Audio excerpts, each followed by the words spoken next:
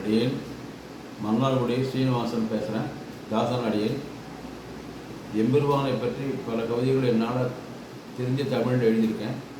அதில் குறிப்பாக எம்பெருமானாருக்காக நான் பண்ண ஸ்லோகம் ஒன்று இருக்குது. அதை தேவர்களிடம் பகிர்ந்து கொள்ள ஆசைப்படுகிறேன். எம்பெருமானை பற்றி எழுதும்போது அடியனுடைய கவிதை கீழ்கண்டவாறு வருகிறது.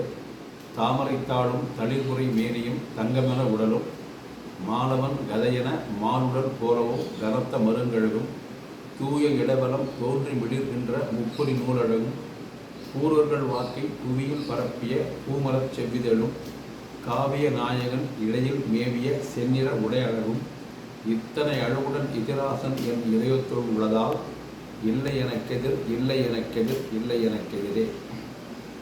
இந்த ஸ்லோகத்தை அடியன் ஆச்சாரியர்கள் அற்றத்தால் பண்ணதற்கு இதில் ஏதேனும் நன்றாக இருக்குமே ஆனால் அது ஆச்சாரியனுடைய திருவடியை சேருவது.